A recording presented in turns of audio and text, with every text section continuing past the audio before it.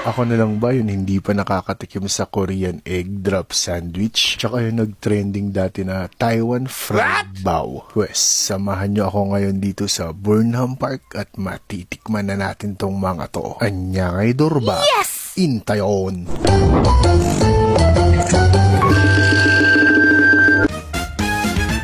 Weekday ngayon. Balak ko sanang mag-jogging at maglakad-lakad dito sa Burnham dahil konti lang ang turista. At syempre para magpapawis na din para naman healthy. Kaso biglang napukaw yung attention ko dito sa cute na food truck na to. Automatic, titikman natin ang mga ino-offer nila dito. Syempre unahin natin yung Taiwan fried bao. Ito yung nag-trending sa last na panagbinga sa session. Gusto kong tikman nun kaso ang haba ng pila. At syempre ang kanilang Korean egg drop sandwich. Yung Taiwan fried bao pala, 40 pesos ang isa.